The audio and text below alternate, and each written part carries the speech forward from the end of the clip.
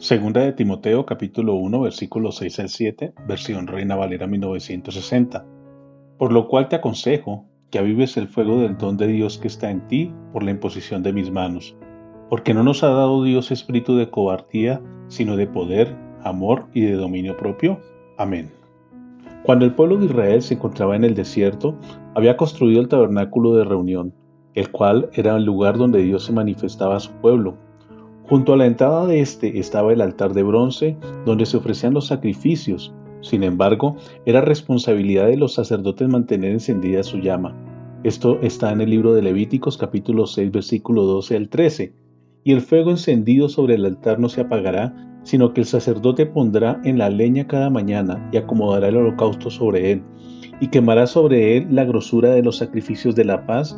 El fuego arderá continuamente en el altar, no se apagará.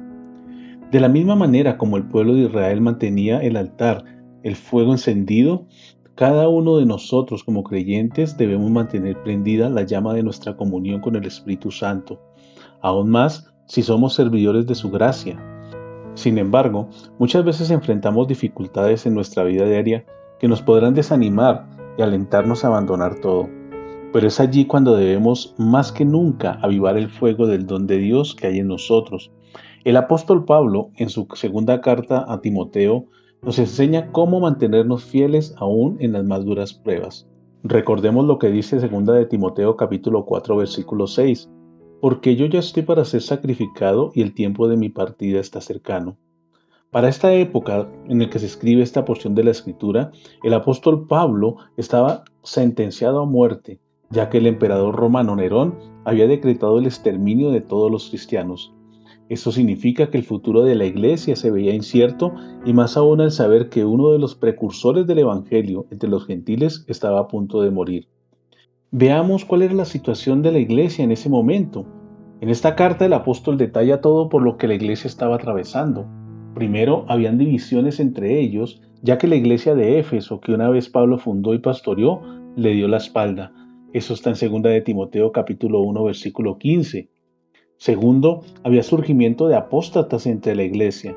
Segunda de Timoteo capítulo 2 versículo 17 al 18 que dice, y su palabra carcomerá como gangrena, de las cuales son Himeneo y Fileto, que se desviaron de la verdad, diciendo que la resurrección ya se efectuó y trastornan la fe de algunos. La tercera situación de la iglesia en ese momento era que habían personas que abandonaron el evangelio por irse al mundo. Un ejemplo claro está en 2 de Timoteo capítulo 4 versículo 10, donde Demas ha desamparado a Pablo y amando el mundo se ha ido a Tesalónica.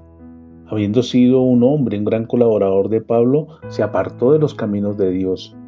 La cuarta situación que vive la iglesia es el poco apoyo que recibe por parte de los miembros de la iglesia a su ministerio.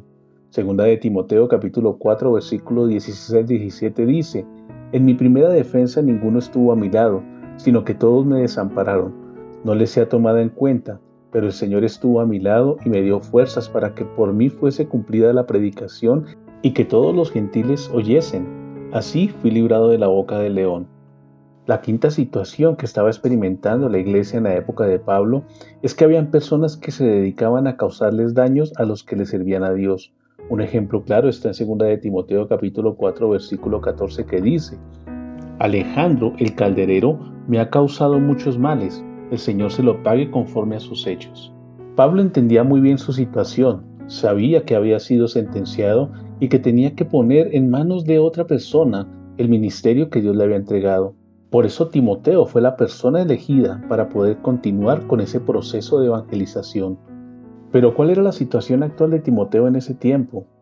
Tenía tres aspectos que lo hacían quebrantable. El primero, la timidez que tenía. Primera de Timoteo capítulo 1 versículo 8. Por tanto, no te avergüences de dar testimonio de nuestro Señor ni de mí, preso suyo, sino participa de las aflicciones por el Evangelio según el poder de Dios. Lo segundo, Timoteo había sido quebrantado por la enfermedad. Primera de Timoteo capítulo 5 versículo 23. Ya no bebas agua, sino usa de un poco de vino por causa de tu estómago y de tus frecuentes enfermedades. Y tercero, Timoteo aún no había alcanzado la edad necesaria para ser reconocido como un líder de la iglesia. Primera de Timoteo capítulo 4 versículo 12.